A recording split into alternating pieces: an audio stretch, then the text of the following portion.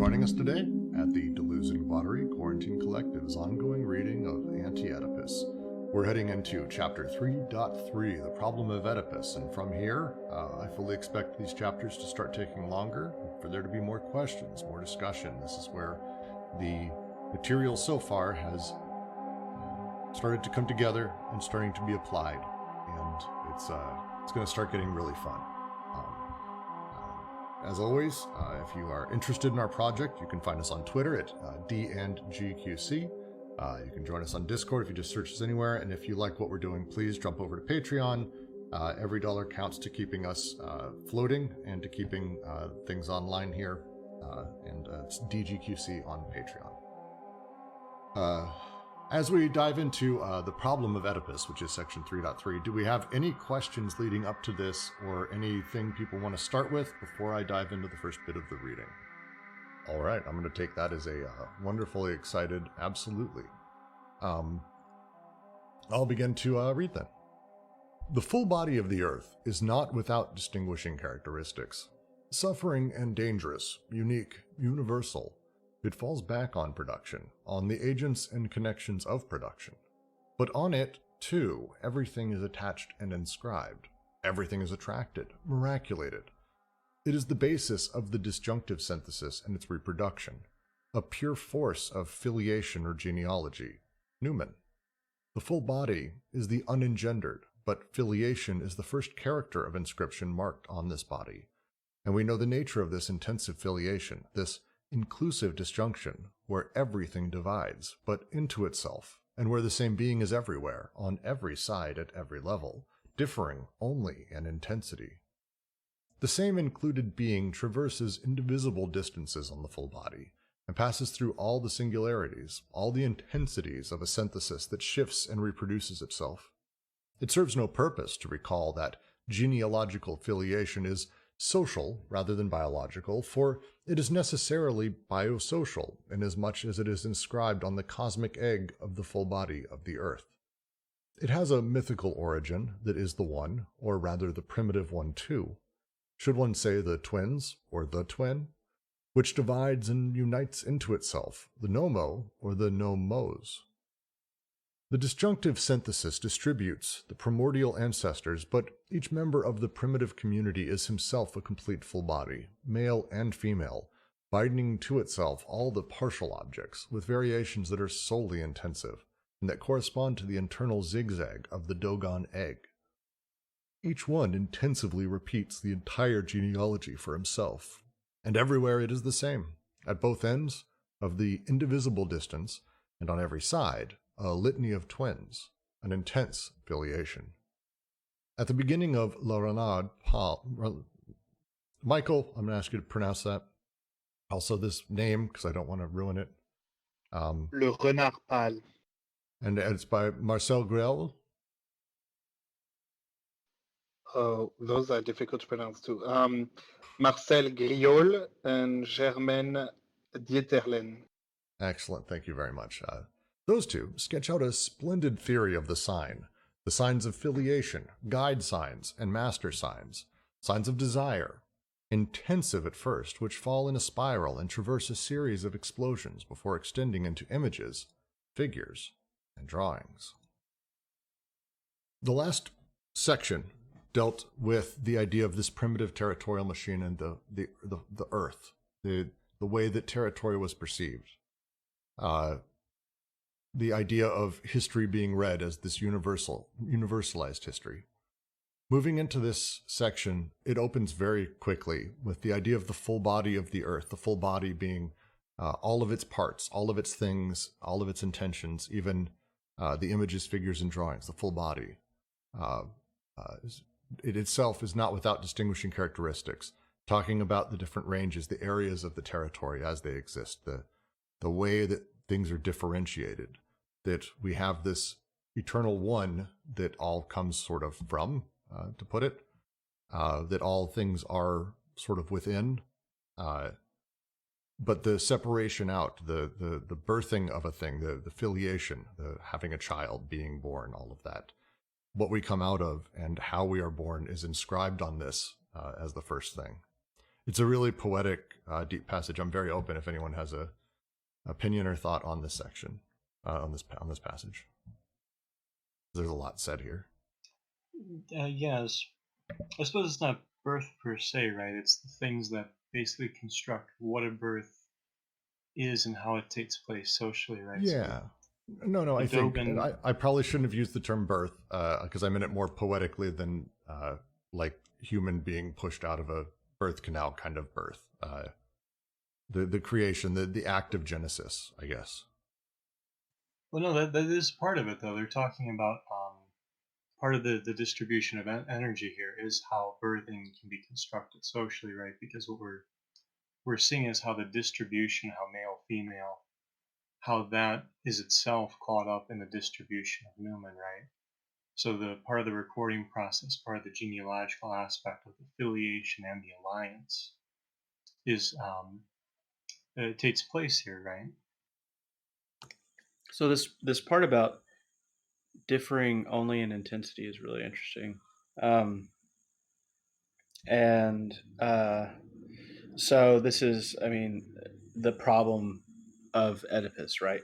So Oedipus is sort of like this mechanistic causal, or Freudian psychoanalysis is like this mechanistic causal reductive thing, where it reduces everything to base elements and it sees all these preceding causes.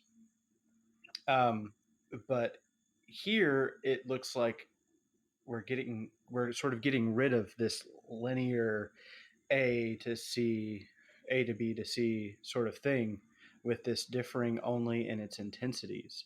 So in this way, let me take a second and pull up a quote and maybe you can tell me if it sounds like what D&G are doing.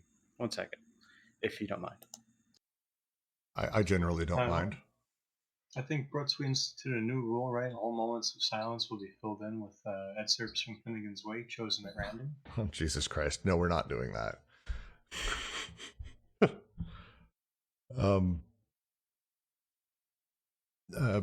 Where do we start with something else while we're waiting for that? Because there's so much said inside of this.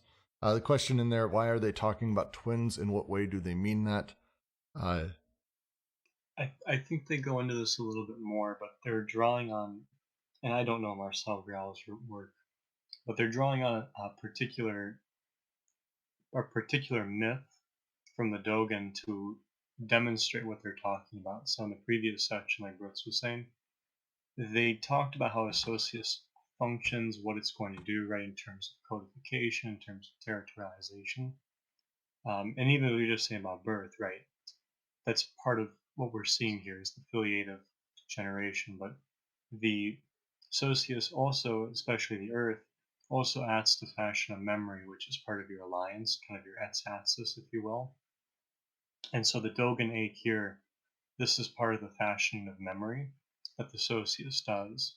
So this myth, the story, the creation story, however you want to call it, is part of the distribution of Newman through the second synthesis, and it's acting through a creation story.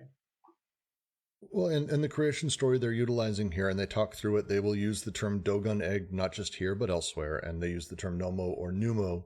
The Dogon religion is the idea is that the first thing that happened is the sky goddess created Nomo, and a Nomo is this little thing, this thing, a creature, human-ish. I don't want to say it's not male or female. That's like it just was, and it kind of was a whole bunch of different stuff.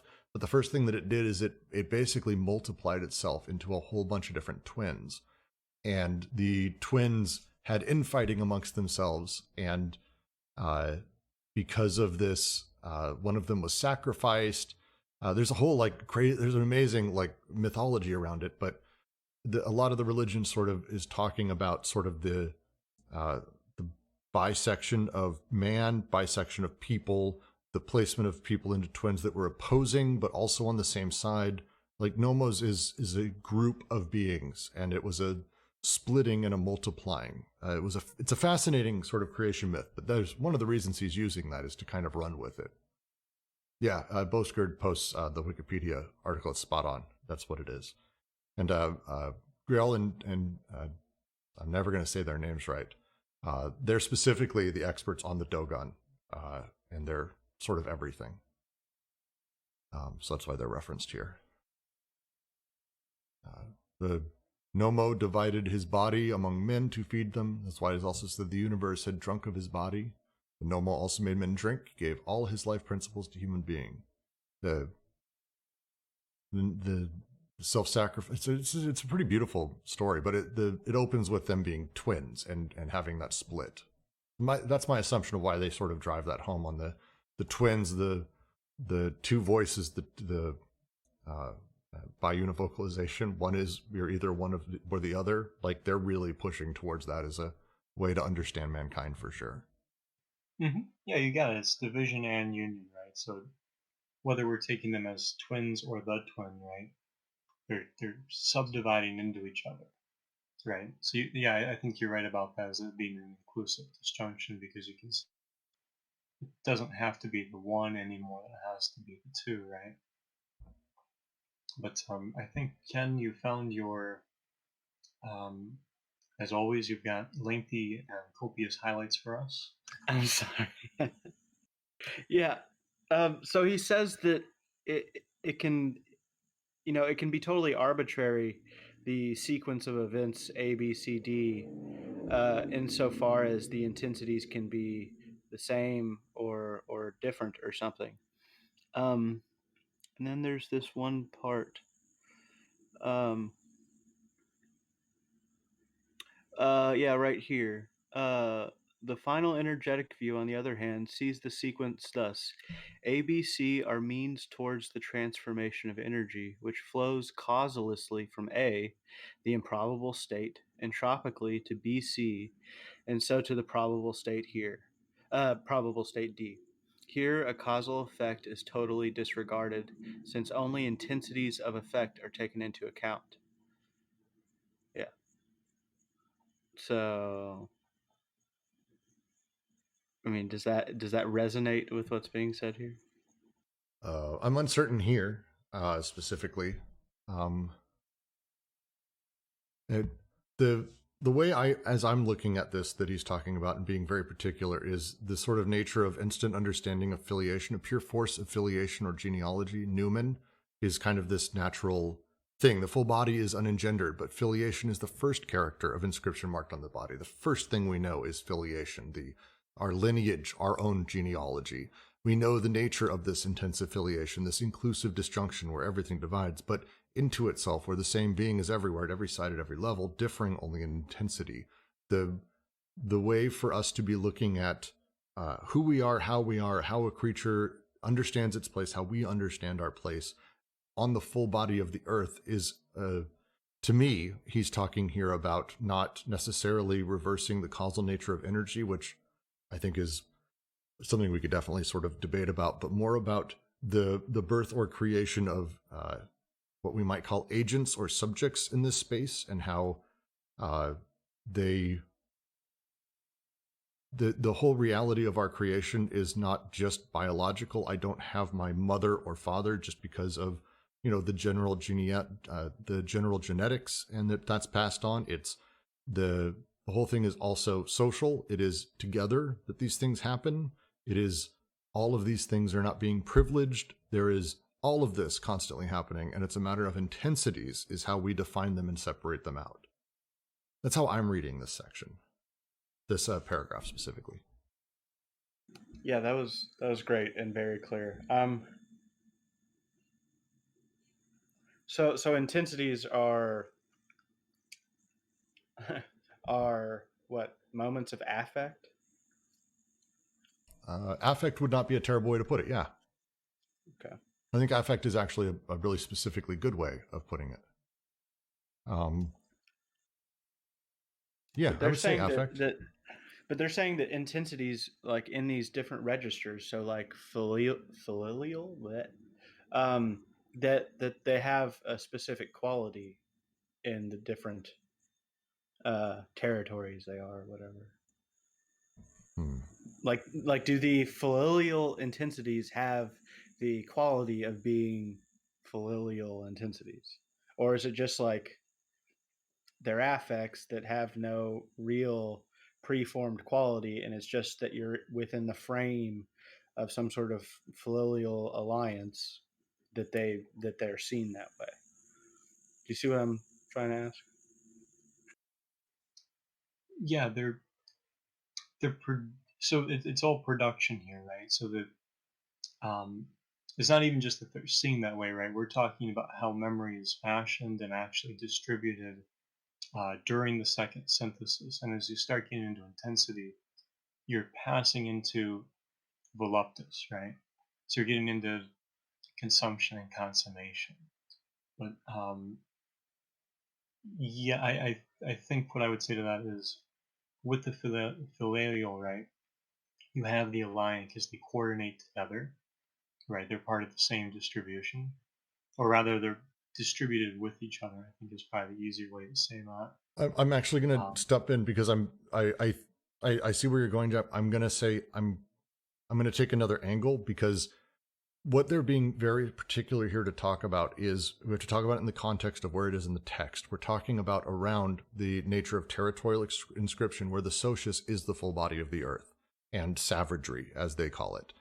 Specifically in the case of that, we're talking about the filiative, and in that socius, unlike ours, and this is why it's probably difficult for us to understand, my family is my parents, and my filiative line is Dexter, my son. Maybe I have cousins. That's like all of us. That's the way, sort of under capital, the nuclear family arranges socially and biologically our filiative alliance, our filiative world. In the primitive socius, in the savage, the way that they lived and the way that they are, that's not how filiative works. Filiative is an incredibly complex set of lines that they understand back, not only back generations, but also how their sort of connections interweave them across almost horizontally, across almost the alliance as well. Like we're talking about intensities of the overall way that you connect with people in the filiative line being deep and expressive and a hyper-networked pattern, which is the case during the full body of the earth, the socius, the original socius, the first socius that they're describing. And that's, I think, their point here, is that genealogical filiation is social rather than biological. It is biological as it's inscribed in the egg, the beginning of time. We have that tied back, but it's mythical as well because we're born into it and we understand who we're connected to, the twin, who we are, who we will be, what different choices we're making. We're still connected to all of that in relation to the entire filiative alliance that we're part of. That's to be very specific. That's what I think they're trying to get at here.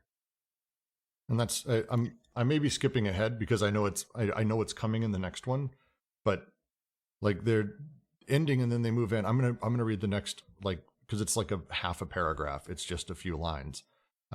If the full body falls back on the productive connections and inscribes them in a network of intensive and inclusive disjunctions, it still has to find again and reanimate lateral connections in the network itself, and it must attribute them to itself as though it were the cause. These are the two aspects of the full body, an enchanted surface of inscription, the fantastic law, or the apparent objective movement, but also a magical agent or fetish, the quasi-cause. It is not content to inscribe all things. It must act as if it produced them. It is necessary that the connections appear in a form compatible with the inscribed disjunctions, even if they react in turn on the form of these disjunctions. Specifically here, we're talking about the literal inscriptions on the full body of the earth, and how immediately everything is assumed to be part of that, and that includes my filiative line. I don't come from my parents. Like, I do, but that's not really how they think about it. Their world is about this hyper-connected, ridiculous lineage that they can trace back to the earth itself, or to a god creature, or to an origin story, like the Dogon egg, which is the Dogon's sort of beginning of everything for them. And that's why they use that setup. It's about the earth saying, I'm the reason you're here, is how it feels to be within the socius that is the earth. Sorry, I keep rambling. I'll stop. I thought that was great. I mean, what I'm hearing is, what I keep hearing is personally the implicit critique of Freud's totem and taboo, that any sort of favoring of exogamy over endogamy, it doesn't make sense to reduce it to some sort of nuclear family relationship that you're competing with either your father or your mother for one of the other's love or recognition or something like that, and then makes the incest prohibition not make sense. Yeah, I mean, and Circe, I think Circe, let me know if I'm saying more. Can we relate this to the genealogy of societies as perceived through a mythological lens? I think their argument here is the mythology is something that we utilize, as they say, at the very end of the first paragraph. They utilize the two authors who really broke down and understood how the Dogon myth and story happens. And specifically what they did is, quote, sketch out a splendid theory of the sign. First, the signs of filiation, guide signs, master signs, signs of desire, intensive at first, which fall in a spiral and traverse a series of explosions before extending into images, figures, and drawings.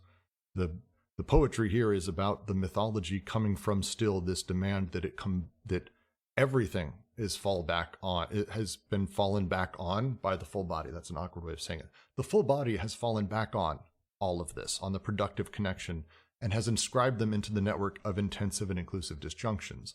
How this is done through mythology is by starting with the signs, making their way through, the explosions happen, and then it extends into the actual images, figures, and drawings that we have still to this day, kind of thing. The elements that people can look at and end up representing these kinds of setups, if that makes sense. I might be saying it funny. I think I'm understanding your question. Boastgird asks, why do they keep coming back to the Dogon religion? My guess is because the book that was written by the people Michael named, I feel terrible whenever I anglicize someone's name like that. Griol and Dieterlen is exceptional and breaks down from an ethnological standpoint the why of that they believe in this, not just that they believe in it, and how it works and how it operates. It's much more of almost a assemblage style looking at the way that the mythology and the creation myth works in the Dogon people. All right, good. And I just always fuck up foreign people's names anyway, Michael. So thanks for saying this for me. We Americans have a problem. I'm going to read the next paragraph, though. Such is alliance, the second characteristic of inscription. Alliance imposes on the productive connections the extensive form of a pairing of persons, compatible with the disjunctions of inscription, but inversely reacts on inscription by determining an exclusive and restrictive use of the same disjunction. It is therefore inevitable that alliance be mythically represented as supervening at a certain moment in the filiative lines, although in another sense it is already there from time immemorial. Marcel Griol describes how, among the Dogons, something is produced at a certain moment at the level and on the side of the eighth ancestor, a derailment of the disjunctions which cease to be inclusive and become exclusive. Once this occurs, there is a dismembering of the full body, a cancelling of twinness, a separation of the sexes marked by circumcision, but also a recomposition of the body according to a new model of connection or conjugation. An articulation of bodies for and between themselves, a lateral inscription with articulatory stones of alliance. In short, a whole arc of alliance. Alliances never derive from filiations, nor can they be reduced from them, but this principle once established, we must distinguish between 2 points of view, the economic and political, where alliance is there from time immemorial, combining and declining itself with the extended filiative lineages that do not exist prior to alliances, in a system assumed to be given in extended form. The other mythical, which shows how the extension of a system takes form and delimits itself, proceeding from intense and primordial filiative lineages that necessarily lose their inclusive or non-restricted use. From this viewpoint, the extended system is like a memory of alliance and of words, implying an active repression of the intense memory of filiation, or if genealogy and filiations are the object of an ever-vigilant memory, It is to the degree they are already apprehended in an extensive sense that they certainly did not possess before the determinations of alliances conferred it on them. On the contrary, as intensive filiations, they become the object of a separate memory, nocturnal and biocosmic, the memory that indeed must suffer repression in order for the new extended memory to be established. This starts to get at what I was saying earlier, where to understand filiation alliance, you at least got to understand them in relationship to each other, right? So I look at it as like a Y in that grid, but there are other ways to approach it. But what they're building out here is how the disjunctions, right, the use of Newman during the second synthesis, the relationships between the alliant and the filiated, right?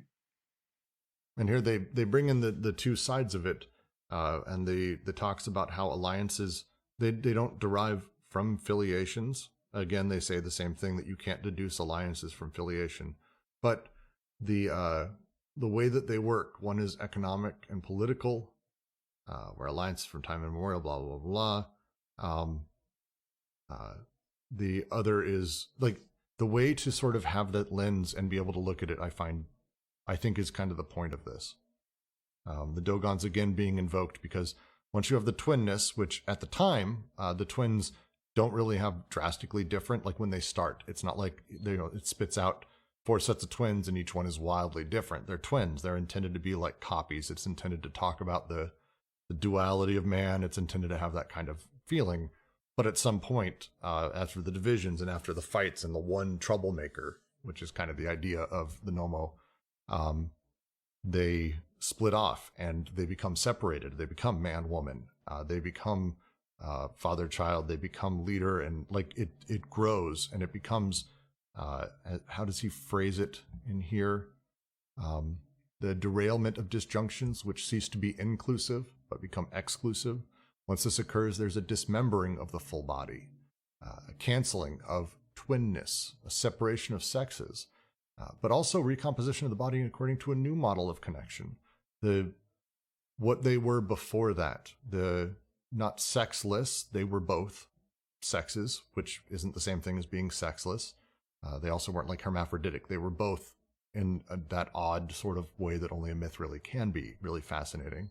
But they were also having twinness canceled, which I think is a fascinating way to talk about the inclusive disjunction, where everything is kind of part of that. All of us have something in common with the Nomo when it was first born.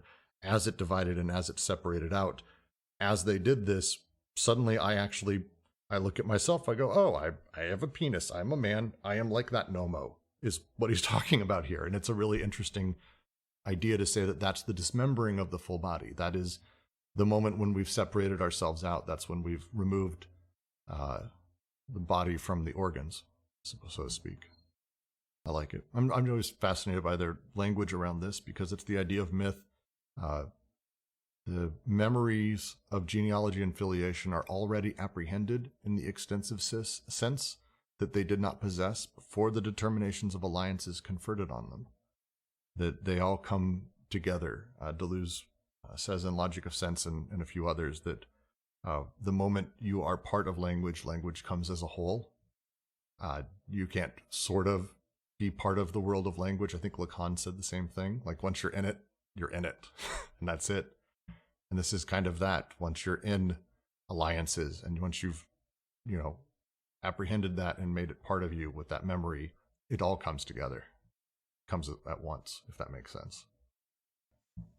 Yeah, before you go on, we should spend a minute on what's going on here in terms of, so we've got inclusive disjunctions right now. All of a sudden we're exclusive disjunctions. Yeah, that might be worth digging into a little bit more. Oh, sure. So such is alliance, the second characteristic of inscription.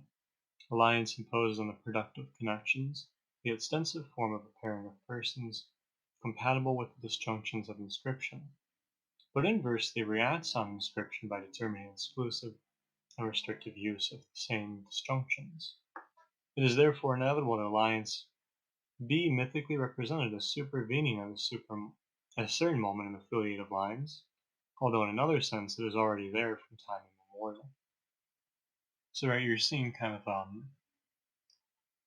you're seeing how alliance here actually affects the disjunctive uses, right? So the alliant use of Newman actually works back on itself in a sense, right? So you actually get an exclusion in the memory. So for to kind of contextualize it, right? When something happens, I usually use business as an example because I think it's easier. But when something happens in an organization, right? It's not necessarily predicated on the roles, right? It's not the boss and or rather, it's not the manager and the managed, right? But the memory includes that, right? And it can even seem to be that. In that sense, you're seeing part of the exclusive disjunction, uh, cutting off providing the kind of either or with the roles, but also having been part of um, the same process in a different capacity altogether, which is kind of interesting. Yeah, the inclusive and exclusive disjunction, like as a concept and that switch, I know we've gone over it already at this point a few times, but it's going to come up a lot. And the idea of the exclusive disjunction is essentially saying that in Lacanian terms, the symbolic and the imaginary are very separate things. And there's a line between them, and this is that, and this is that, and that's the way it goes. Whereas an inclusive disjunction, while still having, because it's a disjunction, there's still disconnection. By being inclusive, it allows those to say, no, they're not so different. Actually, we can continue to relate them, and we can have them together inside of the same property or the same thing, or they can be part of the same setup. And it's a big shift to sort of be thinking about that instead of this constant separating out disjunction. Yeah, it's sort of like what we saw in 1.2, where we talked about how during the second synthesis, the paranoiac and schizophrenic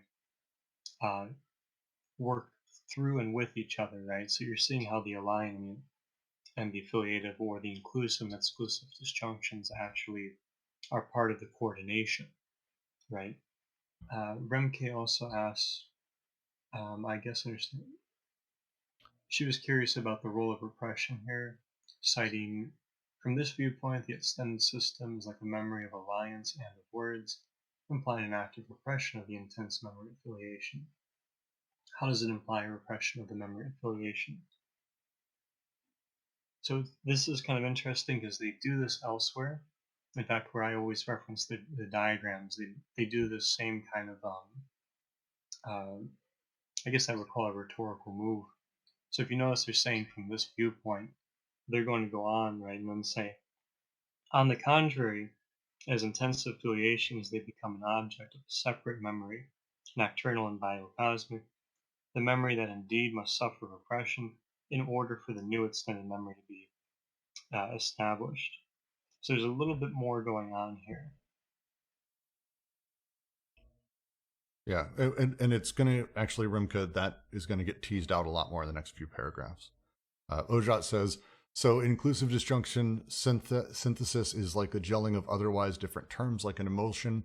It sort of. The idea that there's no such thing as a man or a woman. I am, Brooks, me, myself, I am neither gay nor straight nor bisexual nor anything. I am not a thing, the thing, a thing. I'm kind of all of those depending on a whole shitload of factors. And it's not that I'm, it doesn't mean I'm out, it means I can have sex with anyone or I am having sex with everyone. It's like, no, these things, these representations, these symbols, this imaginary thing is not exclusive. It's not that I am this thing or I am that thing or this or that. I am mommy or daddy, which is the Oedipalization and the biunivocalization. Instead, it's saying like, look, you can sort of be mommy and daddy. Also, you can sort of be grandma and grandpa. Also, you can sort of be daddy, grandma, depending on, like, these things aren't exclusive. They go together, and it's more about understanding the process of becoming and the way that the language is utilized and understanding what it implies for us and how it instantly represses within what we're doing, if that makes sense. Hope that answered. I'll continue to the next paragraph, though, because I do want to keep heading through this.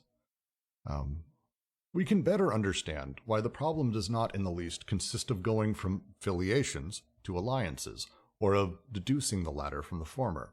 The problem is one of passing from an intensive, energetic order to an extensive system which comprises both qualitative alliances and extended filiations.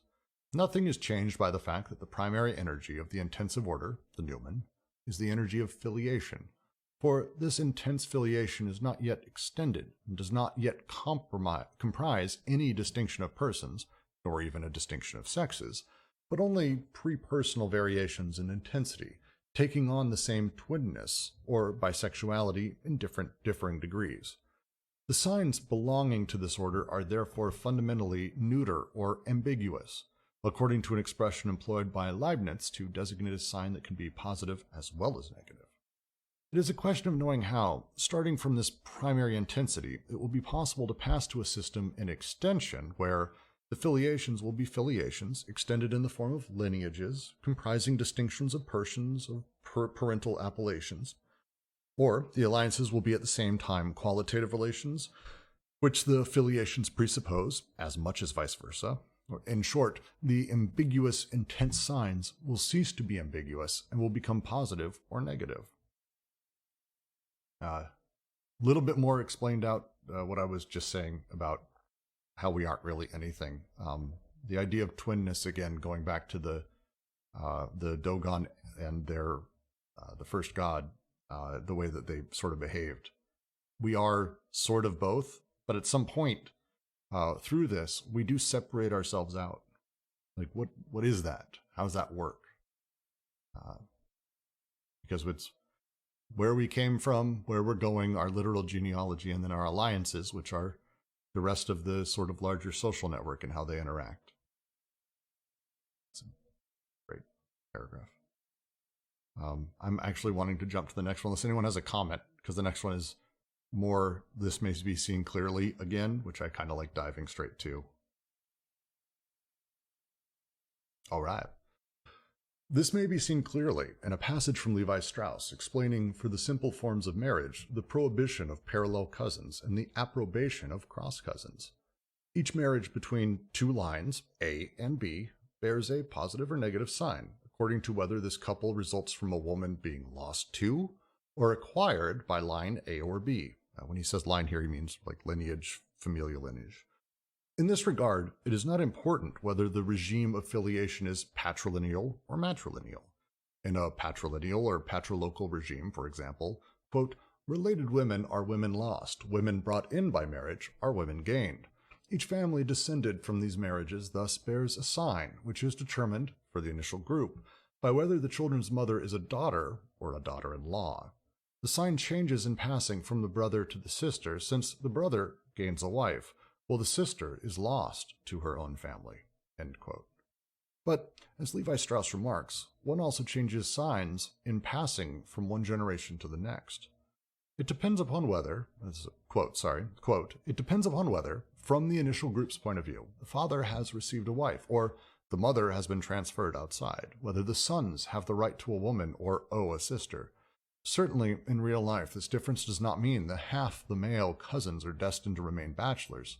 However, at all events, it does express the law that a man cannot receive a wife except from the group from which a woman can be claimed, because in the previous generation a sister or a daughter was lost, while a brother owes a sister or a father a daughter to the outside world if a woman was gained in the previous generation. The pivot couple, formed by an A man marrying a B woman, obviously has two signs, according to whether it is envisaged from the viewpoint of A or that of B. And the same is true for children. It is now only necessary to look at the cousin's generation to establish that all those in the relationship, positive-positive or negative-negative, are parallel to one another, while all those in the relationship, positive-negative or negative-positive, are cross. End quote. It seems like a fairly straightforward, more mathematical take on how we find debt between families, how people are passed, how the lineage and alliances, again, come into being, how the understanding of my sister being owed or me gaining a wife is a mentality that is existent and very much based on one person marrying in or outside of their familial group which side is losing what and which side is gaining as a mentality. Perhaps there's a obviously there's like this level on the socius, but maybe there's also a underlying point about intensive processes here. In that the way in which a set of intensive processes might be seen to like inherit or have relations in that way. Yeah, I think that's right. So like, even when we're seeing cousins or right children or these different ways in which children are produced simultaneously, right? Your point is to extend that further and say this also affects how, I don't know, milk is being made in that, yeah? No, I would say more so that sometimes it seems like a notion, like, or an intensive process, right? Like this very fundamental thing, it has like these complex like alliances and was born from like another intensive process. And that these are all like complex relationships that exist even on the body without organs. You mean the full body of the earth in this case? Or do you mean the body without organs? Well, I mean, he's talking about the full body of the earth. What I'm saying is that it's applicable on both sides, right? Oh, that's true. That's fair. That's fair. Or maybe that's a worthwhile thing to think about at the very least. No, I think it's spot on because it's about recording. We're talking about recording. Like that's the big thing for these last few paragraphs is when I come into being and subjectivity, how do I relate to the people around me, the things I'm supposed to do, my obligations, my actions, all of that. Like why do I do what I do? Recording's a major part of that. And the way that the full body falls back on the production of these relationships, and it does so in this process by having these sort of massively complex alliance and familial lines that, again, I enter into sort of just by being born into them, and the web is there waiting for me for this massive, complexity that I can be if it turns out I'm the daughter and the family only has daughters. Well, that sucks for the dad. Like there's a whole bunch of different rules that come with it and debts and how I could lose a sister but gain a wife, or I gain a sister if I'm a woman, but I also lose myself to another family, and why and how. The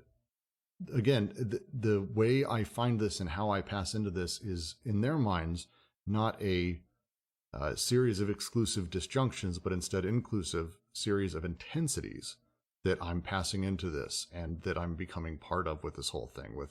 That's why they keep going back to the positive or negative as a thing. It's like this overall who owes what when, and if I were to mathematically break it down like Levi Strauss does here, I could map out topologically this large scale, oh, well, this family is down 12 points, this one's up 3 points, this one's down 6, and slowly figure out the alliance. It's a lot more complex than that, but that's kind of, I think, what they're getting at here, that like you have this sort of, again, I'm jumping ahead to the next paragraph. I should stop that.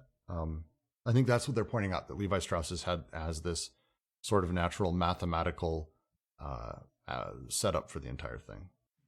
Yeah, I would go so far as to say it's a type of accounting, right? But it's not the accounting we're used to, because usually accounting is somewhat retrospective, usually, sort of.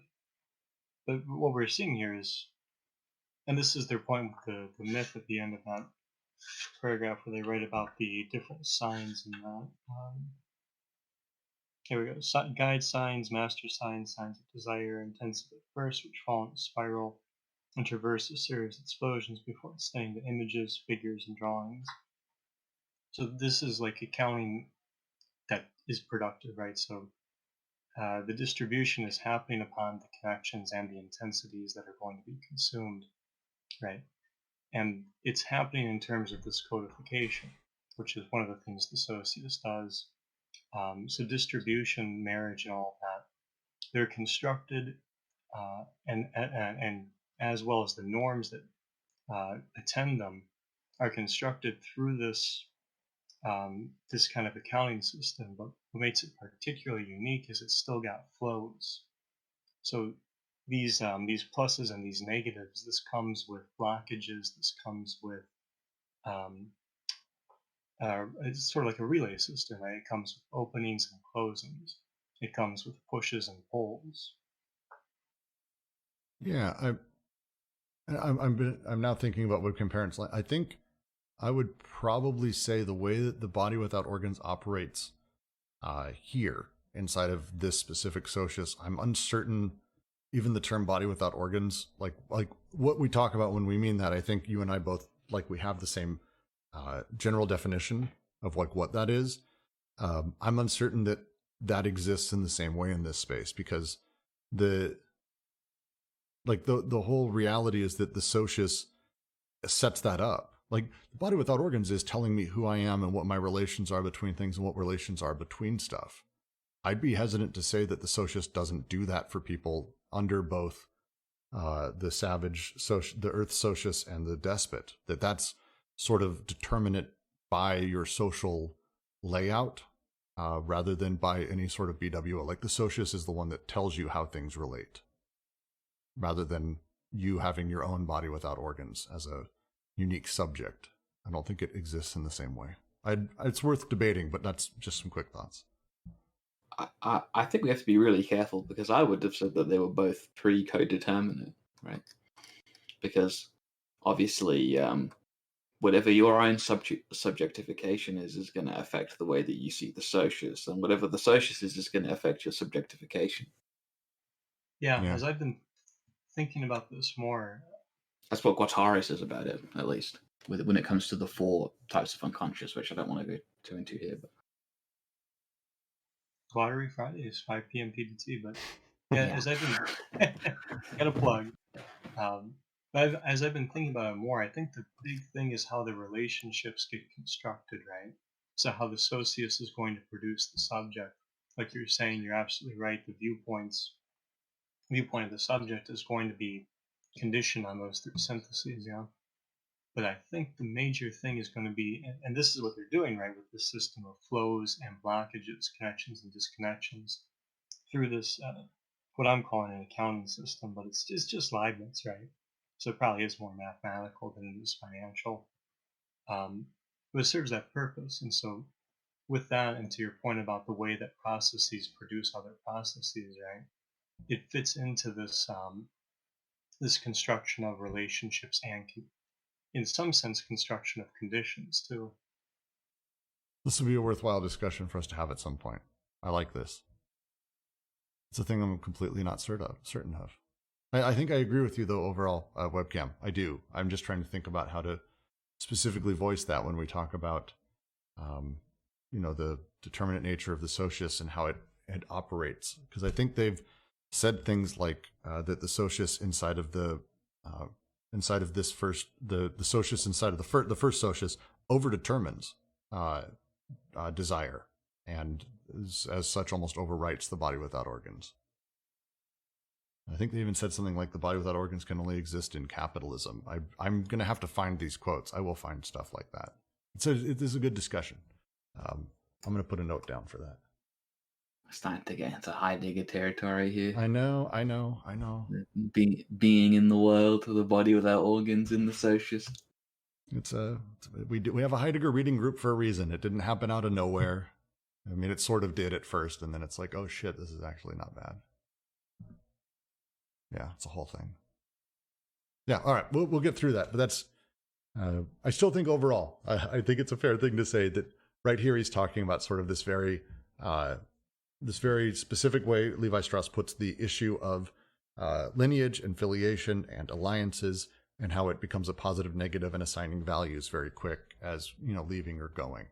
So I'm going to read the next paragraph, because that continues that and critiques it.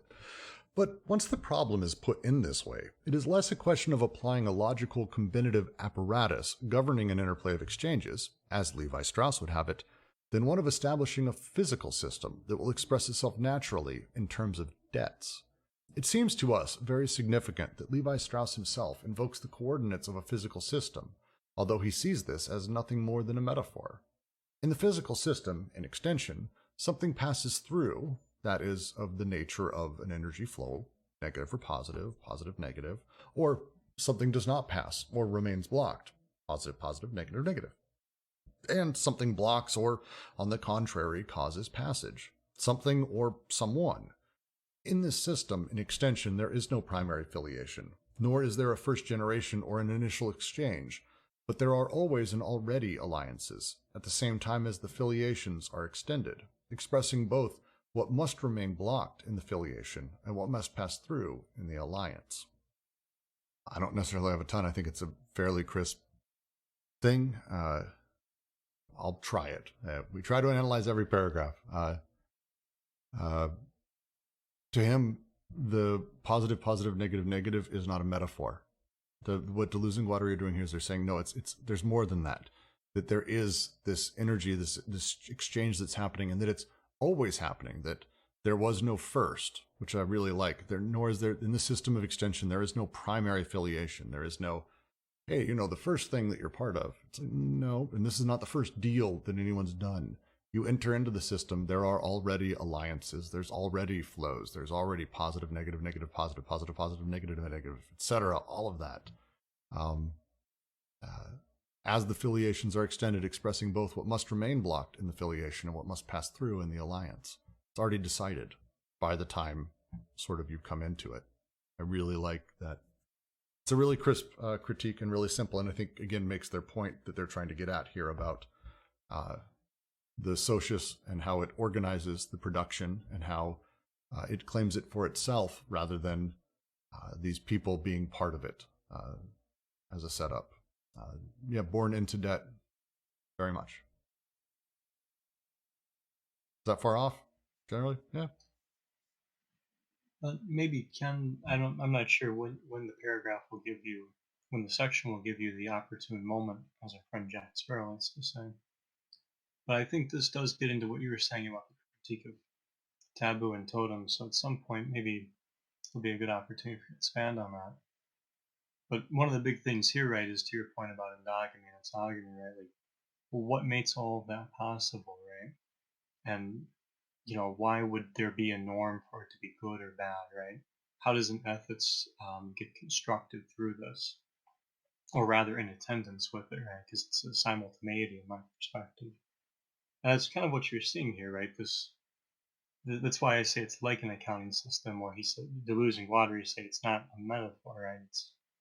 It's a physical system. It's doing stuff, right? It's making all of this possible through the direction and restriction of flows or coordinations or connections, right? It's producing the intensities that are going to be consumed and consummate the assemblage. So we're seeing how this is not like this isn't just like a far off chart of accounts, right? This is all taking place right there in the creation of memory and also the actual production in the society, or rather the production of that society.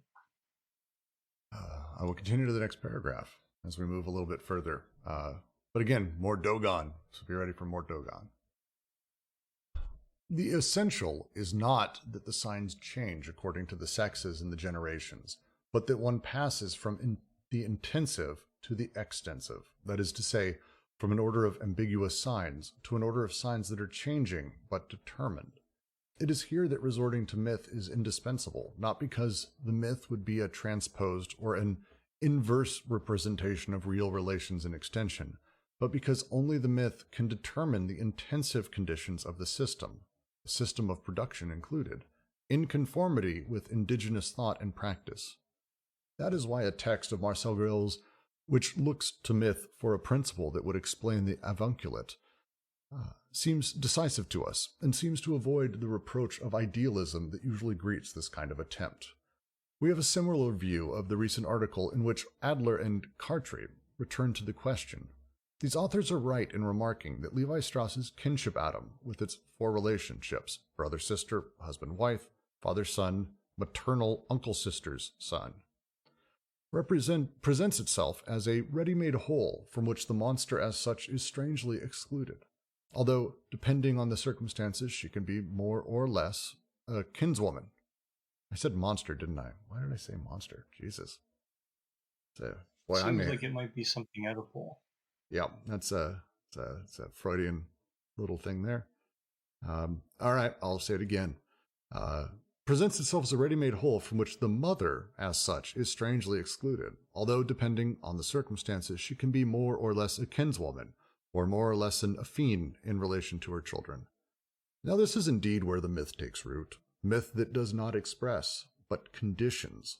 As Grial relates it, the Urogo, breaking into the piece of placenta he has stolen, is like the brother of his mother, with whom he is united by this fact. Quote, this individual went away into the distance, carrying with him a part of the nourishing placenta, which is to say a part of his own mother. He saw this organ as his own and as forming a part of his own person in such a way that he identified himself with the one who gave birth to him. She was the matrix of the world, and he considered himself to be placed on the same plane as she from the viewpoint of the generations. He senses unconsciously his symbolic membership in his mother's generation and his detachment from the real generation of which he is a member, being, according to him, of the same substance and generation as his mother. He likens himself to a male twin of his genitrix, and the mythical rule of the union of two paired members proposes him as the ideal husband. Hence, in his capacity as pseudo-brother to his genitrix, he should be in the position of his maternal uncle, the designated husband of this woman. And yeah, my slip was both Oedipal and mythological, so throw it in there. I think, one point about the slip, you don't. So I've been getting tinges of like always already there symbolic order through reading this. I know that's terrible, and I'm a heretic for doing that. But like, so the socius is already overdetermined before you come to be in it, right? So what you're seen as and your position or whatever is already sort of talked about and planned on before you even are born or whatever. And so in that way you get overdetermined. But yeah, so there's all this stuff that's already there, moving and flowing and whatnot. And so it doesn't matter if you have had a specific kind of father or mother to then not see the general category of father or mother or brother or whatever as a certain way. Insofar as in your socius, it's put a certain way. And in this way, things get overcoded, right? So this last part, the generatrix, the designated husband of this woman as the son. There doesn't need to be anything like genital, sexual about this, but insofar as we have the mythology of Freud floating around, that pops in there, just because that's already determined and floating around. And so the problem with the way Freud explicates things in Totem and Taboo, I guess, is that things are given some sort of transcendental status instead of this status as determining but changing. Like somehow we all feel guilty because we killed the All Father or something like that. That's the interesting things just to mention, because I'd love if anyone has a really good grasp on what the thing they're trying to say here with the allegory they're using from the Dogon. But just to mention, so the Nomo, the little sort of twins that keep popping out. One of those is named Yurgo, and his entire thing is, and it's a male, is to pursue his twin sister, his female twin. It's like his thing is that he wants that, and the process of this is complex. And there's like a million stories with him in it, sort of with the entire setup. But I thought were worth mentioning. I don't really understand the full ending here and how it plays back. If anyone wants to take a crack, it's open. I think I can help open this up, right? So one of the major things here is we're not dealing with an accounting system and metaphor any more than we're dealing with myth metaphorically, right? This is stuff that's happening, right? This is the collective memory that's fashioned and actually acting as part of the socius, right? This is part of how the socius distributes, falls back on production and produces, and ultimately consummates and allows for consumption, right? Kind of to introduce it. So what we're seeing here with this myth and what they're doing with Marcel Grial is they're looking to explain this a little bit further. So they're showing us more about this system of plus and minuses and how it actually is engaged in production. And they're expanding a little bit more on this critique of Levi-Strauss, right? So they've gone through why it's not simply affiliative determinism anymore than it would be a line, right? The point is they coordinate together and they do different things with each other. So you don't have to give primacy to one over the other. You got to understand their relationships. So one of the points they want to criticize about Levi-Strauss, right? And they're basically just using Marcel Grial to make this point, this case in point, is the role of the mother, right? Which Levi-Strauss doesn't seem to develop sufficiently, right? So the quote, the authors are right in remarking that Levi-Strauss's kinship atom, with its four relationships, brother, sister, husband, wife, father, son, maternal uncle, sister, son, presents itself as a ready-made whole from which the mother as such is strangely excluded. Although, depending on circumstances, she can be more or less a so-called kinswoman, or more or less a so-called affine in relation to her children. So this is part of where like the determinism and the change is coming from, right? The Levi-Strauss thing shows us one way of taking it is to take it as like the universal deduction, but more so it shows us different possible coordinations, but it also shows us that the mother as such is part of what makes these possible, but also has to be allowed to circulate in certain ways to make certain coordinations possible, right? So the mother could go, what happens as mother, that distribution can move a certain way with the flow to allow something like the the husband-wife, but the mother could flow differently, right? Or it could be blocked as part of the maternal uncle, sister, son. So you're seeing how the mother, even though there is this form of determinism in terms of coding, right? In terms of what these functionalities do, we're also seeing how there is this sort of plus minus aspect of it, right? Where the mother can be part of the blockage of the flow or part of the promulgation of the flow. I think that makes me want to move right into the next paragraph because I think you're making some of the points that they're starting into. So I'm going to do that. Doubtless, all the dramatis personae will be found to come into play from this point on. Mother, father, son, mother's brother, son's sister. But it is evident and striking that these are not persons. Their names do not designate persons, but rather the intensive variations of a vibratory, spiraling movement. Inclusive disjunctions, necessarily twin states through which the subject passes on the cosmic egg. Everything must be interpreted in intensity. The egg and the placenta itself swept by an unconscious life energy, susceptible to augmentation and diminution. The father is in no way absent, but Amma, the father and genitor, is himself a high intensive part, immanent to the placenta, inseparable from the twinness which relates him to his feminine part.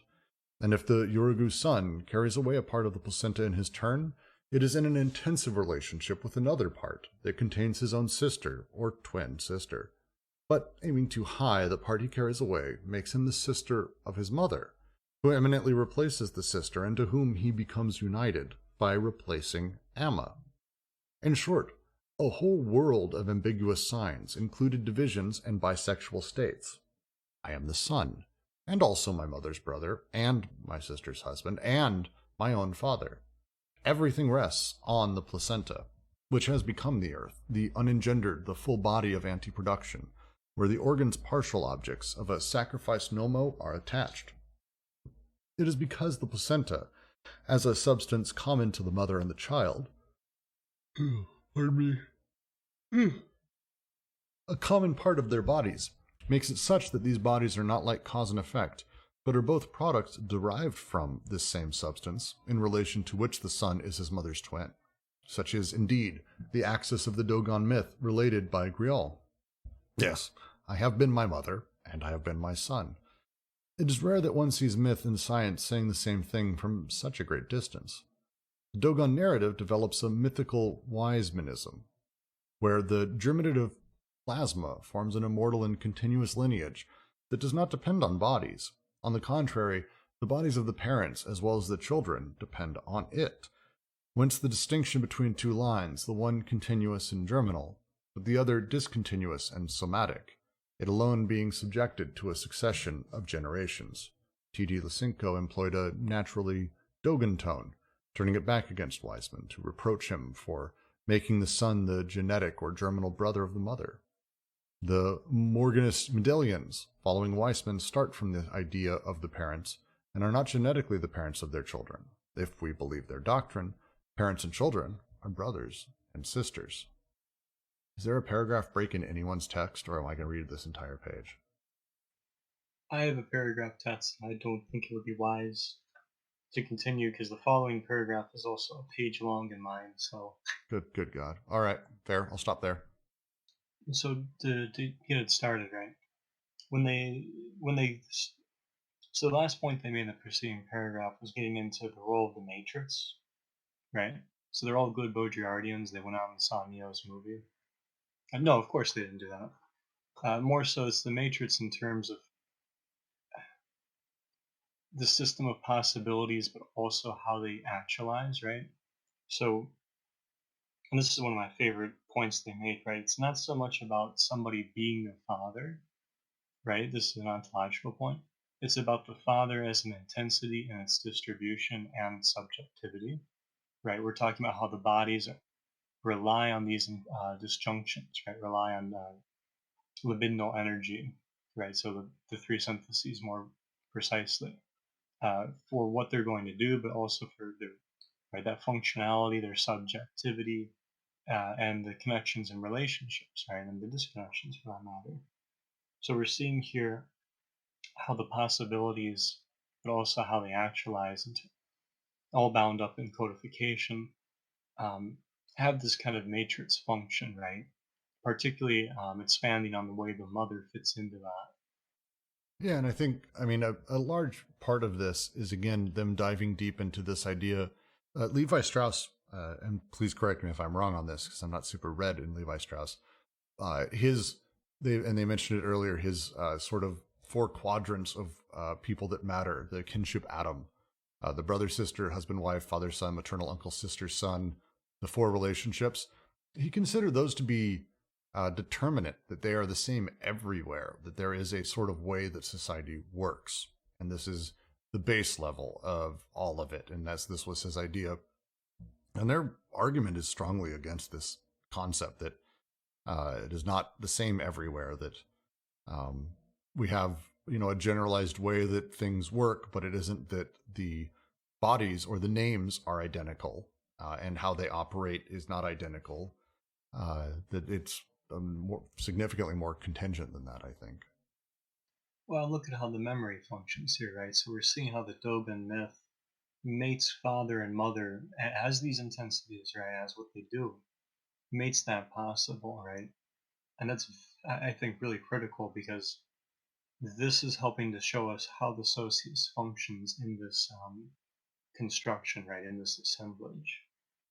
Yeah, I think so. And this last paragraph is just about sort of going further down into that, and the idea that yes, we have the mother, what is one of his we have the brother, sister, husband, wife, father, son, uncle, nephew, like me and my cousin, basically, I guess. But instead he's saying here, like in the Dogen setup, it's my mother's brother and my sister's husband, but my own father. Everything comes back now to the placenta because the myth is ultimately what creates those relations and creates those intensities and places them within us, as I understand their conversation here. And that's the final line that I think it was a footnote actually that got expanded out. But if we are to believe their doctrine, parents and children are brothers and sisters. The idea of how relations work is very different from place to place. And very poignantly, how one functions as a father is not simply, it's not just something that you're always doing, right? So it's not a question of it being an essence of your being. One switches between father and brother, right? And this is part of the distribution. And there's also relationships that make that possible, right? Like the way it fits together is part of this distribution and this networking, at least this disjunctive networking. But the son is not somatically his brother's mother and twin. That is why he cannot marry her, bearing in mind what we said earlier to be the meaning of that is why. The one who should have married the mother was therefore the maternal uncle. The first consequence of this is that incest with the sister is not a substitute for incest with the mother, but on the contrary, the intensive model of incest as a manifestation of the germinal lineage. Then again, Hamlet is not an extension of Oedipus, and Oedipus to the second degree. On the contrary, a negative or inverse Hamlet is primary in relation to Oedipus. The subject does not reproach the uncle for having done what he himself wanted to do. He reproaches him for not having done what he, the son, could not do. And why didn't the uncle marry the mother, his somatic sister?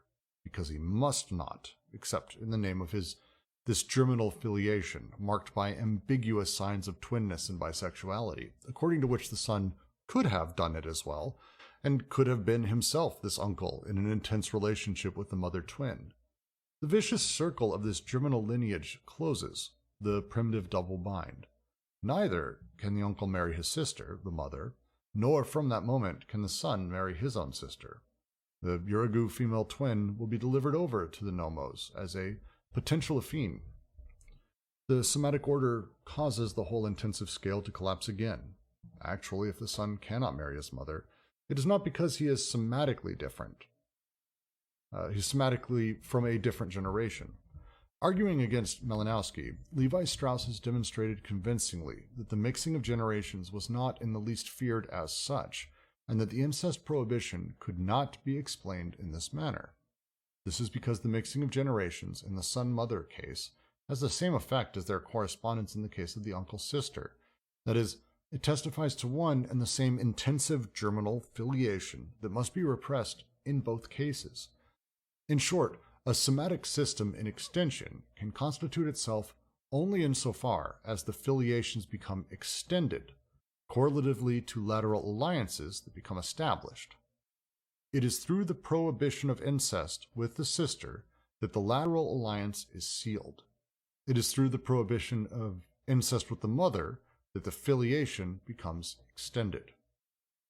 There we find no repression of the father, no foreclosure of the name of the father. The respective position of the mother or father as kin or affine, the patrilineal or matrilineal character of the filiation, and the patrilineal or matrilineal character of the marriage are active elements of the repression, and not objects at which the repression is directed. It is not even the memory of filiation general that is repressed by a memory of alliance. It is the great nocturnal memory of the intensive germinal filiation that is repressed for the sake of an extensive somatic memory, created from filiations that have become extended, patrilineal or matrilineal, and from the alliances they imply. The entire Dogon mythology is a patrilineal version of the opposition between the two genealogies and the two filiations, in intensity and in extension, the intense germinal order and the extensive regime of somatic generations. All right. Well, Go. Okay, yeah. We should move on. All right. Okay. I'll take a crack. The intensities. Tiernan nails it here, I think. Tiernan, why are you server muted? It's wild. I'll fix that. So Levi Strauss sits there and he goes, "Hey, here's how society works. It's these 4 relationships. This is all of them." And they're like, wait a second. There's a lot more relationships than that. And those things are kind of, not really determinant. That's not, the thing. Instead, it's the nature of the socius, the organization of desires and production, that is laying this out. And the reason it lays it out with the incest prohibition is not that, I want to, we can't have you fuck your mom, so you can't do that. We tell people that. It's like, no, it's the way production is organized here is actually what lays out all of this. And the prohibition with the sister allows the lateral alliance. If I fucked my sister, I can't marry her off. And it's not that I think that, or I go, boy, if only I could just bang my sister or my mom. Like, that's not how it works. Instead, it's the production, the nature of production, kind of moves through things and organizes when it falls back on them. And so on the one side, the prohibition of incest with the sister is because we need the alliances. We need to have the extension, the growth of the group. The affiliation is with my mother. I don't fuck her. There's no repression of the father, no foreclosure in the name of the father, which they showed on very quickly. We can come back to that, Kent. The whole entire reality is that, to them, as they talk about it, is they are active elements of the repression. They are part of the machine that is doing the repression, but not objects at which repression is directed. That is a very particular note that they're wanting to hit, that it's not that they're directing repression at the mother or father or my desire to fuck with them or any of that stuff. It's that the mother or father, my relationships with them in the larger social sphere and the way the socius is operating, and my production of desire, as we've talked about from the beginning. Production of desire is production. So the desire is being produced, desires created through that nature. The repression and all of that, the machine, the social machine, the socius, organizes this. And as such, the nature of not fucking my sister and not fucking my mother is built into the way production operates under this socius. Because without one, I can't have alliances. Without the other, filiation goes to shit. And the production itself is necessary here. That's my version. Thank you for that. That makes a lot of sense. And it's, it's largely the thing that I guess Freud sort of missed in some ways. Some ways it doesn't, but that your parents aren't just your parents, right? They're also representatives of this larger machine. But the name of the father thing and how that works is just a totally different level of, what would you call it, analysis or something. Because in some ways you can say like that the name of the father is like the inscription of patriarchy or something like that. Patriarchy being written onto you, or like the status quo being written onto you. In some ways. I think that's exactly it. And I think their point here is not that there is no foreclosure of the name of the father ever, but I think they're saying here we don't find it because the nature of this socius is not patrilineal or patrilineal and matrilineal is beside the point. There is no father directing laws in the way that this complex network is set up in this socius. Ours, different beast, whole different fucking thing.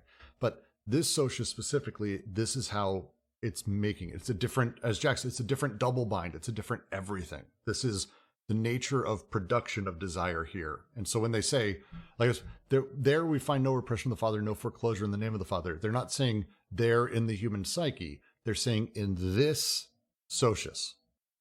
Yeah, for sure. But I can see a way in which the way that apparatus is supposed to work could still be relevant insofar as something happens, some sort of traumatic event happens to where you just can't even fathom how you are situated within this within this socius. Whether that's like you become an outcast or something for some arbitrary reason, or something like this, can sort of dissolve the way that you thought things were guaranteed to work. Yeah, and I think Cersei says, it's not that Levi Strauss was wrong all the time, just that he wasn't right all the time. He did not uncover the symbolic superstructure of human society. I think, and as Jack says, they actually agree with him in this paragraph. I think their critique is not that he's completely wrong in every way. It's that there is no superstructure in that sense, but instead we need to be looking at the production of desire and how the production is organized, rather than these hard, fast rules of, well, it's everyone has a mommy, everyone has a daddy, and it's no, talk about how production moves, how things are incentivized and structured that way, because that's what produces us, produces desire, produces, production, effectively. Yeah, for sure. And in that way, mommy and daddy can be completely different things at these different levels. Yeah, well, I mean, that's their point.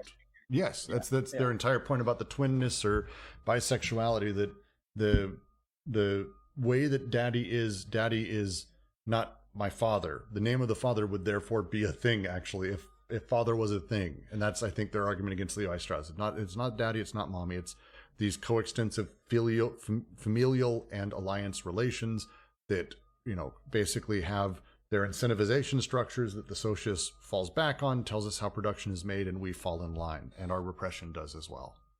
Not aimed at a person, not aimed at daddy, not aimed at mommy, not aimed at me as a son, but as part and intrinsic to our interconnected relations. Because I think they're about to get into that exclusive disjunction, so I'll dive in. The system in extension is born of the intensive conditions that make it possible, but it reacts on them, cancels them, represses them, and allows them no more than a mythical expression.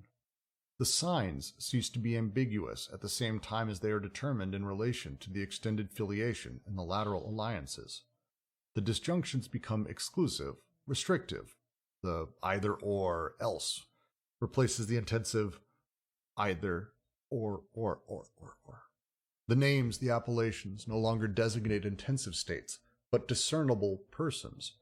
Discernibility settles on the sister and the mother as prohibited spouses. The reason is that persons, with the names now designated to them, do not exist prior to the prohibitions that constitute them as such. Mother and sister do not exist prior to their prohibition as spouses. Robert Jarlin says it well, quote, "The mythical discourse has as its theme the passage from indifference to incest, to its prohibition. Implicit or explicit, this theme underlies all the myths. It is therefore a formal property of this language." End quote. We must conclude that, strictly speaking, incest does not and cannot exist. We are always on this side of incest in a series of intensities that is ignorant of discernible persons, or else beyond incest, in an extension that recognizes them, that constitutes them, but that does not constitute them without rendering them impossible as sexual partners. One can commit incest only after a series of substitutions that always moves us away from it, that is to say, with a person who is equivalent to the mother or the sister only by virtue of not being either. She who is discernible as a possible spouse. Such is the meaning of preferential marriage, the first incest that is permitted. But it is not by chance that this kind of marriage rarely occurs, as though it were still too close to the non-existent impossible. For example, the preferential Dogon marriage with the uncle's daughter, she being equivalent to the aunt, who is herself equivalent to the mother. If we just have a bunch of people, and we don't talk about how they're related socially, we don't care, there's no such thing as a sister or mother. That's the thing we create. We create this, and we label people, and we call things that, as we create the prohibitions as well. There's no need to call anyone mother or sister if we don't have alliances that we need to marry, or we don't have filiations that we need to care for. The names are things that are added implicitly with the restriction being created. Prior to that restriction, incest is not possible because mothers and sisters don't exist. We call them that by naming them. We've almost created the taboo in and of the same act. That's my interpretation. It has been for the last 2 times we've read through this. The last time we read through this for sure. It's a big shift. And again, understanding how representation plays a role in repression. I cut this out of the final podcast. So like, as far as people at home, they have no idea that I'm being awkward here. Except our poor YouTube audience, all 2 of them. Yeah, but we know, Brooks. Oh no, you guys are very aware I'm an awkward person, but I actually have a Twitter page called DGQC Awkward Pauses. I post all these. If only. It would be too long. This thing here, the system in extension is born of the intensive conditions that make it possible. It's like somewhat related to what I was talking about earlier, right? Yes. Yes. Well, with like the molecular and the molar being interrelated. Otherwise, I'm not really sure what to say about it. Yeah, I don't know if there's much more to say. I mean, you were clear earlier. It's a good thing to do a callback because it really was a good point, and it's, I mean, the running theme as their core critique of this idea of determinate reality of what we are and how representation sort of plays within the repression at the social level and the personal level, I think. They're using a lot of like, I mean, obviously like the Jungian influence is obvious, right? But I also wonder how much influence Roland Barthes is having here with references to like mythologies and also, I mean, the socius seems kind of similar to a lot of the systems he would have described as well. Remke has a question. Would anyone like to expand on this line? The disjunctions become exclusive, restrictive. The either or replaces the intense either or. An inclusive disjunction is you have 2 things. Like there's 2 things, but it's 2 things that aren't necessarily exclusively separated. We'll go with a very simple one that's kind of modern. I am either gay or straight. I am man or woman. I am either or else. There's no option. There's no third option. This is not me saying that. Don't take this shit out of context. I'm just saying that's the exclusive disjunction. The inclusive would be like, well, I'm either man or woman or not, or another thing or other stuff, or this thing or that thing, or kind of sort of a little bit more masculine or maybe more feminine today. Sierra Crimmon wrote an amazing book where she went to class one day and would cross-dressed before she transitioned. One of the more complicated sort of sexuality stories. Sierra Crimmon's amazing. It's a worthwhile book to read sort of on the entire thing about man becoming woman and what that intentionality is. This is that. It's the either or rather than the either or else. That's the difference. And so when we're talking about the exclusive disjunction being applied as a prohibitive thing naturally by introducing the idea of sister, mother as a thing, I look at everyone and I go, oh, either you or you or you or you or you. I can have as my sexual partners. I can get married. This that's the inclusive disjunction. The exclusive would be like, oh yeah, I'm going to do this or that, and there's not all these options. It's built into the way that the representation works, and the connections are allowed, which simply aren't allowed to connect that way. And Misha, yes, everyone edits out pauses. That's how podcasts work. Because there's so many, especially with deep shit like this. We had a pause in Logic of Sense 2 weeks ago that was like 6 straight minutes, and no one talked because everyone was reading. And no one will ever know that happened, except for this recording. But I'm going to edit this out, so this is a passing moment. Any comments or notes? And I'll move on to the next large paragraph. Greel's article is without doubt the text most profoundly inspired by psychoanalysis in the whole of anthropology. Yet it leads to conclusions that cause the whole of Oedipus to shatter, because it is not content to pose the problem in extension, thereby assuming its solution. These are the conclusions drawn by Adler and Cartry. Quote, "It is customary to consider incestuous relations in myth either as the expression of the desire or the nostalgia for a world where relations would be possible or would meet with indifference, or as the expression of a structural function of the inversion of the social rule, a function destined to found the prohibition and its transgression. In both instances, one takes as something already constituted what is in fact the emergence of an order that the myth narrates and explains.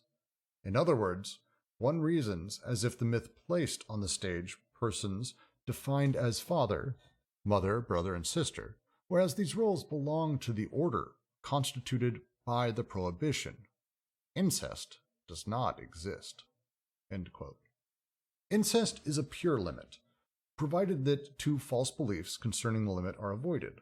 One that makes the limit a matrix or an origin, as though the prohibition proved that the thing was of first desired as such.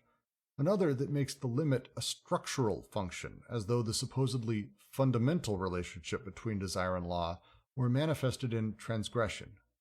It is necessary to recall once more that the law proves nothing about an original reality of desire because it essentially disfigures the desire, and that the transgression proves nothing about a functional reality of the law because, far from being a mockery of the law, it is itself derisory in relation to what the law prohibits in reality, the reason why revolutions have nothing to do with transgressions.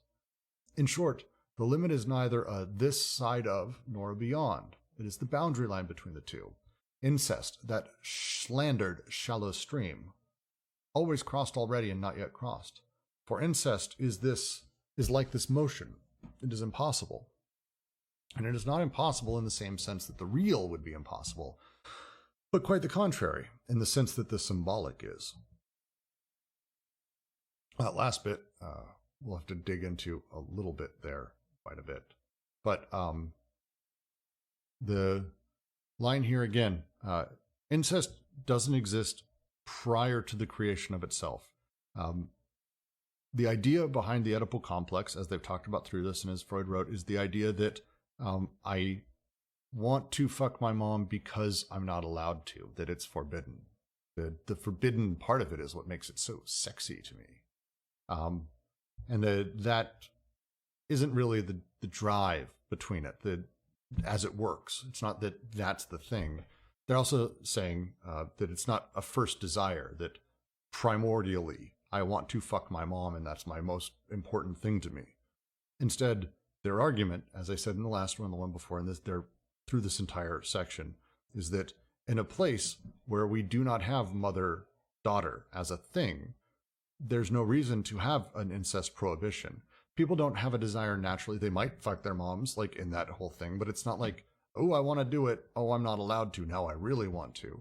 Instead, it's the social relations and the production just outlines that you're not doing that thing. The example they used earlier, and I think they use again, is the idea of a hunter that eats its own kill.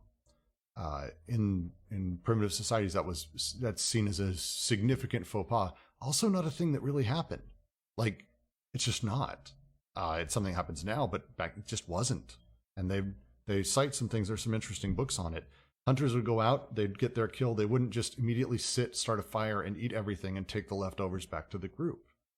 They just didn't do that. It's not that because they were forbidden, or this is the way production flows. The same way that people today seem perfectly fine with going to work for the work that they're doing. People are getting more angry, but the way production is organized does this. And that's, I think, their underlying argument here, I think. The production organizes all of this. Well, I'll read the next bit about how it might be possible to fuck moms and daughters and sisters.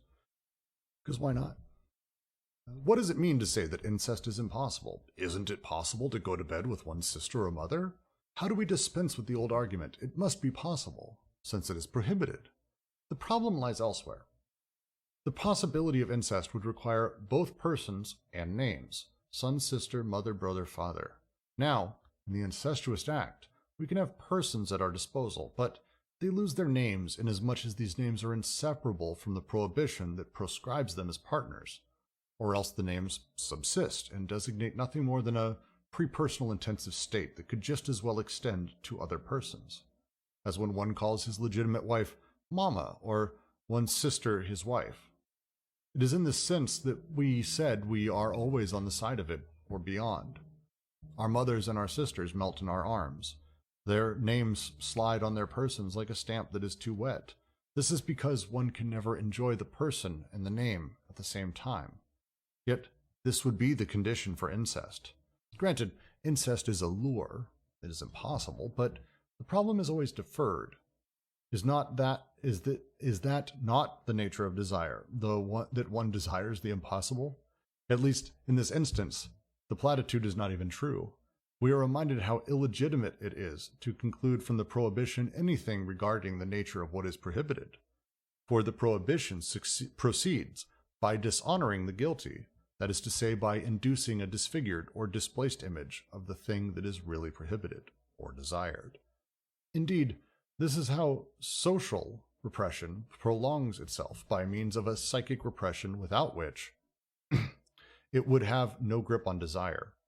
What is desired is the intense germinal or germinative flow, where one would look in vain for persons, or even functions discernible as father, mother, son, sister, etc., since these names only designate intensive variations on the full body of the earth, determined as the German.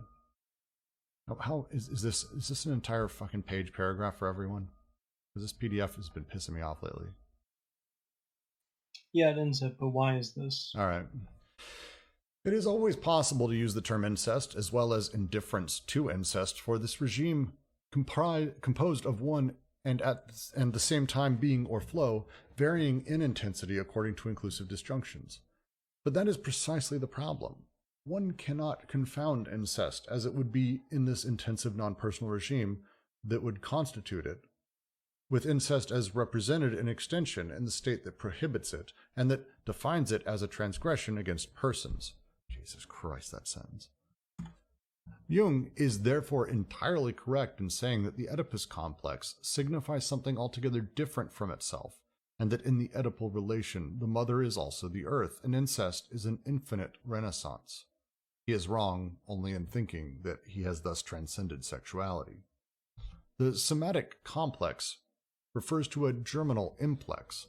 Incest refers to a this side of that cannot be represented as such in the complex, since the complex is an element derived from this side of. Incest as it is prohibited, the form of discernible persons, is employed to repress incest as it is desired, substance of the intense earth. The intensive germinal flow is the representative of desire. It is against this flow that the repression is directed. The extensive Oedipal figure is its displaced represented, the lure or fake image born of repression that comes to conceal desire. It matters little that this image is impossible. It does its work from the moment that desire lets itself be caught through by the impossible itself. You see, that is what you wanted. However, it is this conclusion going directly from the repression to the repressed and from the prohibition to the prohibited that already implies the whole paralogism of social repression. I'm going to let someone else talk for a second because that hurt me. I may push to the next paragraph or two. We'll probably go a little bit beyond 2 o'clock so we can actually finish this rather than have next week be like a paragraph. But why is the germinal implex or influx repressed, since it is nevertheless the territorial representative of desire? Because the thing it refers to, and its capacity as representative, is a flow that would not be codable, that would not let itself be coded. Dexter, can you leave the door closed? He's in a door opening and closing phase. It's a whole thing. I never left that phase, but I'll so continue. Serious. Okay. Sorry, he's done. No chain could be detached. Nothing could be selected. It'll be a second. Give me 2 seconds. I was gonna say, so we got some serious paragraphage going on here. And we are at the 2-hour mark. Do you want to maybe cut it early and then, I don't know, do an extended session later, or just do like a short session next week? And then go over that last paragraph you read, because there's a lot happening there. It may be worth us. Actually, I think you're right. I'll do a poll. Continue next week is the poll, and continuing next week will be simple. It will be us finishing the chapter, and then we'll actually go back through, and any questions you have or notes you have, I think we have a larger discussion. I think this is actually worth us doing a full conversation round. So the polls continue next week. If you think so, if you want us to plow through, now would be the time. Hit thumbs up or thumbs down in the chat. That's not going to be even a close one, is it? Yeah, okay. While that poll is going on, just one brief announcement. Lovely, you got one thumbs down. The lit group is considering changing their time. I'm going to post a poll after this session. And I'm announcing this now because I don't want anybody... I know people are going to leave as soon as the session's over, so just look for that poll if you want to be part of that and that conversation toward considering a time change, if that makes sense. That'll be open shortly. Excellent. So watch for that poll. I am going to close this out. We will next week continue directly from where we just left off. I'll probably start the paragraph over, actually. I'll see if Dexter wants to join us and read along, which might work out. But it's volume 162. And then if you have any questions, period, please bring them, ask away, note them out. We will have larger discussions. I think it's worth it. This is a really important concept to nail because we're talking about how repression works, and they're using Oedipus as the tool to do that.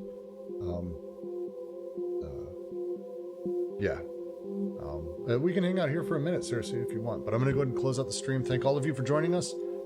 Feel free to join us on Discord, Twitter, and thank all of you for everything.